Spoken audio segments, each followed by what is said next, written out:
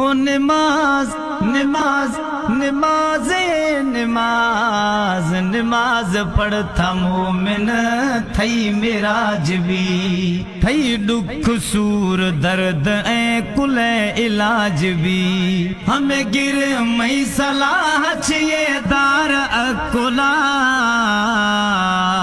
हरदम हरदम हरदम खन इबादत रब राजी भी रही थई दुख सूर दर्द ए कुल इलाज भी ओ गिर थमई चवण खमे धार अकुला नमाज नमाज नमाज थई मोमिन मेराज भी रही नमाज थई वो मोमिन मेराज भी रही निवड़ते न्याज़ागूं वक्ता गुजार था ना मोमिन को दिल्ला अजार था दुनिया खिलाफ भी थई रबुर्गो ठही थई दुख सूर दर्द ए कुल इलाज भी थई दुख सूर दर्द ए कुल इलाज भी हमें गिर मई सलाह छिए धार अकुला नमाज नमाज नमाज ए मोमिन थई मेराज भी नमाज ए मोमिन थई मेराज भी अरशाश अल्लाह वो लाहिदा कुरान था खोल पढ़ गिंदी ओ मुसलमान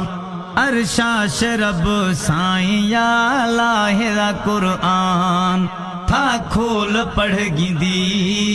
ओ मुसलमान थई रोज़ी रिज़्क़ाम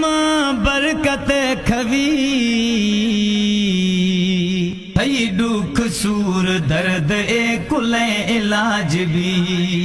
थई दुख सूर दर्दानी कुल इलाज भी था गिर मई सलाह खमे धार अकुला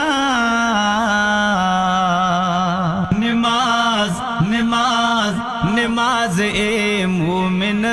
थई मेराज भी वो नमाज ए मोमिन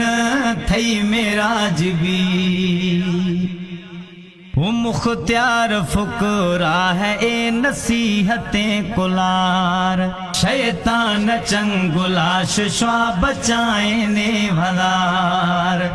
मुख्तियार फुकरा है अस्ते नसीहत कुलार शैतान चंगुलाश श्वा बचाए ने भलार चमड़ा गिरे मैया माँ गुस्तानी सही थई दुख सूर दर्द ए कुल इलाज भी थई दुख सूर दर्द ऐं कुल इलाज भी हमें गिर मई सलाह छिए दार अकुला हरदम हरदम हरदम खन इबादत रब राजी भी रही थई दुख सूर दर्द ए कुल इलाज भी ओ गिर थमई चवण खमे धार अकुला नमाज नमाज नमाज थई मोमिन मेराज भी रही नमाज थई वो मोमिन मेराज भी रही।